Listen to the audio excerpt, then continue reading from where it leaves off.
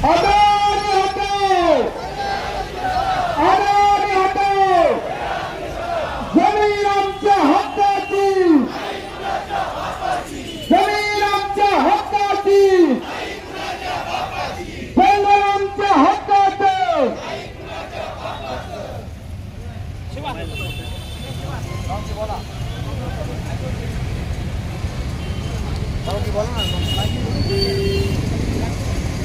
बोला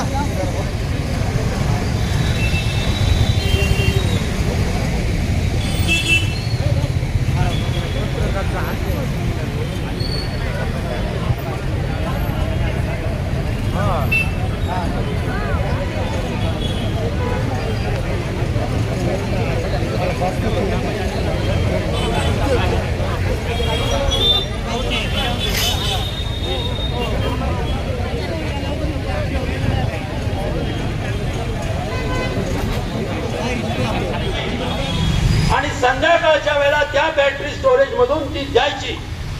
असं जर काम केलं तर तुमच्या परिसरातला 1 इंचही जमिनीची गरज नाही. तुमच्या एरियात याचीच गरज नाही, त्यांना काय संबंधच नाही. कारण ती वीज हायड्रो इलेक्ट्रिसिटी असणारच नाही.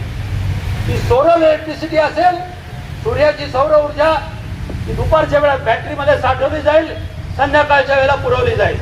याचा पर युनिटचा खर्च, 1 मेगावॅटचा खर्च, आणि हा जो पंप स्टोरेज प्रकल्प आहे त्याचा 1 मेगावॅटचा किंवा आपल्या ग्राहकांच्या भाषेत 1 युनिटचा खर्च, याची जर तुलना केली, त्याला इन्व्हेस्टमेंट जेवढी लागेल त्याची जर तुलना केली, तर बॅटरी स्टोरेजचा प्रकल्प हा पंप स्टोरेजच्या प्रकल्पापेक्षा जवळजवळ 60% एवढ्या किमतीमध्ये होतो. जर असं असतानाही एखादा कागद टाकला की डोळ्यावरची पट्टी आधीच बांधलेली आहे, दुपार असण्यासाठी सही तोंडायची त्याच्यावर. म्हणून मग हे कशा करता चाललंय हे अदानीला कळत नाही का? हे अदानीला कळतं. मग कशा करता चाललंय हे जमिनीसाठी चाललेलं आहे. आता इथे तुमचा प्रश्न तो तुम्ही लढवा. अदानीला डोंगरातल्या निसर्गरम्य ठिकाणच्या आणि अशा काय म्हणूया आपण अत्यंत ईस्पॉट ज्याला म्हणतो भविष्यामध्ये जे ठरणार आहेत त्या जमिनी त्याच्या हातात पाहिजे आहेत. तुम्हाला माहिती असेल काही दिवसापूर्वी, काही वर्षांपूर्वी एसी जेट म्हणून एक प्रकल्प आला. तिथं खूप सवलती देणार होते. एसी जेट काय काय उद्योगपतींनी कुठेही उद्योग काढले नाही. फक्त हजारो एकर जमीन सरकारकडून सरकारच्या मार्फत लोकांची दिशा जाते. हा भाग आहे. तेव्हा ही नवीन प्रकारची जमीन झाली या अदानी आणि अंबानीच्या नावाखाली, आणि मुख्यतः अदानीच्या नावाखाली. अदानी ज्या उद्योगगृहामध्ये सुरू आहे त्याचा हा भाग आहे.